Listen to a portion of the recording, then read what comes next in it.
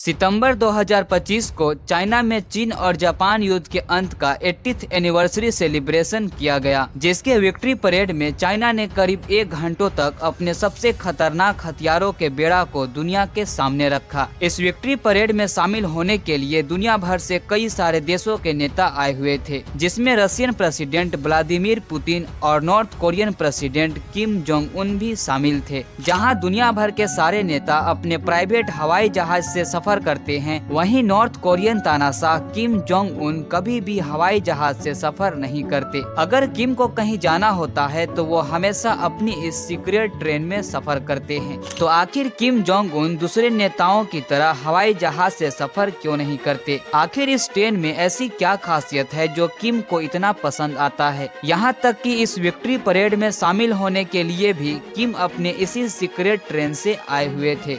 दोस्तों, Kim Jong Un जिस secret train में सफर करते हैं उसका नाम है तयांग हो, लेकिन इसकी खासियत को देखते हुए दुनिया इसे मूविंग फोर्ट्रेस के नाम से जानती है, क्योंकि ये ट्रेन कोई नॉर्मल ट्रेन नहीं बल्कि एक चलता फिरता किला है। वैसे तो जब से किम जोंग उन ने नॉर्थ कोरिया के सत्ता को संभाला है, तब से उन्होंने सिर्फ कुछ ही देशों को विजिट किया है, जिसमें ज्यादातर सिर्फ चाइना और रसिया ही है, क्योंकि किम को सबसे ज्यादा भरोसा इन्हीं 2 देशों पर है। पिछले 14 वर्षों में किम जोंग उन ने केवल 10 इंटरनेशनल ट्रिप्स किए हैं, जिसमें मोस्ट ऑफ द टाइम इसी सीक्रेट ट्रेन का इस्तेमाल किया गया है। ये ट्रेन जहां भी जाती है अकेले नहीं जाती। इस ट्रेन को हमेशा 2 अलग ट्रेन एस्कॉर्ट करती रहती है। एक इसके आगे होती है जो रास्ते में आने वाले किसी भी तरह के खतरे को पहले फेस करती है। वैसे तो जब भी प्रेसिडेंट किम जोंग उन को ट्रेवल करना होता है तो ट्रैक के आसपास किसी को भटकने भी नहीं दिया जाता, लेकिन फिर भी आगे चलने वाली ट्रेन के अंदर कमांडो हर वक्त तैयार रहते हैं और दूसरी ट्रेन इनके पीछे रहती है जो पूरी तरह हथियारों से लैस होती है। और इन सब का केवल एक ही मकसद होता है कि किसी भी हमले के वक्त अपने सुप्रीम लीडर की जान बचाना।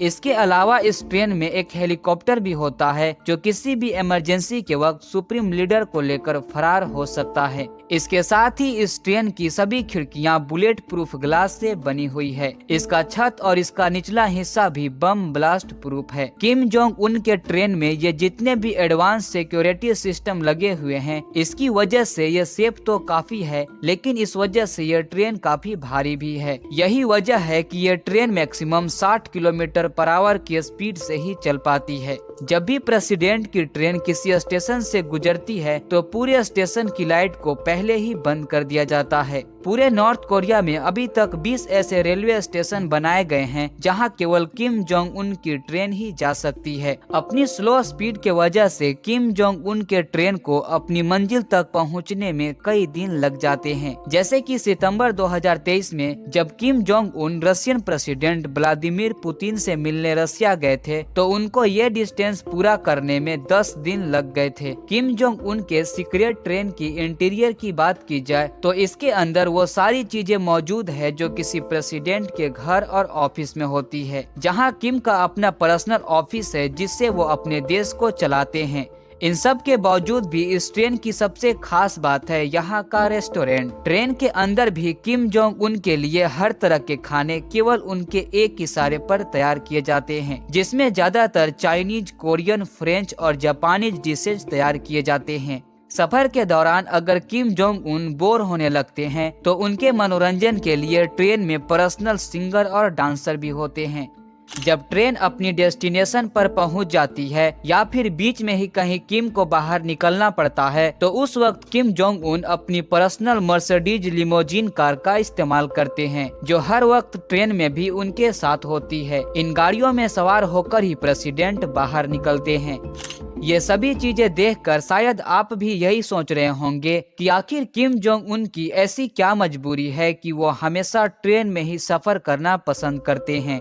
तो असल बात यह है कि किम फैमिली का ट्रेन में सफर करने का पुराना ट्रेडिशन रहा है। किम जोंग उन के बाप दादा भी ट्रेन से ही सफर किया करते थे, जिसका एक एग्जाम्पल है प्योंगयांग में मौजूद कुमसुसन पैलेस, जहां किम जोंग इल और किम जोंग सुन की प्रिजर्व डेड बॉडी रखी हुई है और इसके बगल में इनके द्वारा इस्तेमाल किए गए ट्रेन के बॉडी मॉडल भी रखे हुए हैं। यहाँ तक कि इनके कई सारे तस्वीरें भी लगी हुई है जिसमें वो ट्रेन में सफर करते हुए दिख रहे हैं। इसके साथ ही एक मैप भी लगा हुआ है जिसमें उन सारी जगहों को दर्शाया गया है जहां जहां उन्होंने सफर किया था। ऐसा माना जाता है कि किम जोंग इल को हवाई जहाज से सफर करने में काफी डर लगता था। इसी वजह से वो ट्रेन में सफर करना पसंद करते थे। साल 2001 में किम जोंग इल ने मॉस्को तक ट्रेन से सफर किया था। ये करीब 20,000 किलोमीटर का डिस्टेंस था जिसको पूरा करने में इन्हें करीब 1 महीना लग गया था। शायद आज तक इस ट्रेन के बारे में किसी को भी पता नहीं चलता, लेकिन इस सफर में उनके साथ एक रशियन ऑफिसर कॉन्स्टेंटिन पुलिकोवस्की ने भी ट्रेवल किया था।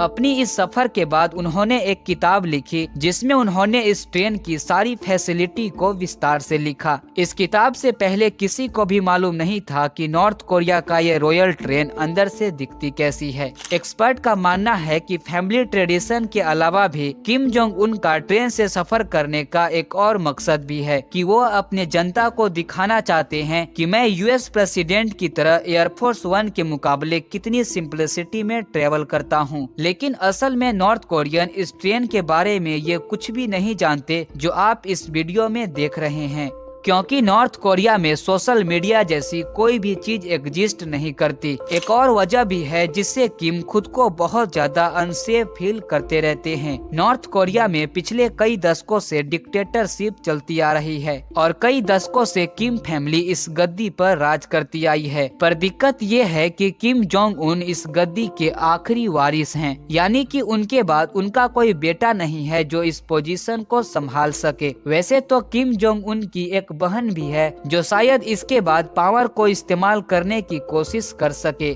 लेकिन अब किम जोंग उन कहीं भी जाते हैं तो साथ में अपनी बेटी को भी ले जाते हैं, जो शायद पूरी दुनिया को ये दिखाना चाहते हैं कि उनका अगला वारिस उनकी बेटी ही बनेगी। अब आगे भविष्य में क्या होगा ये तो समय ही बताएगा।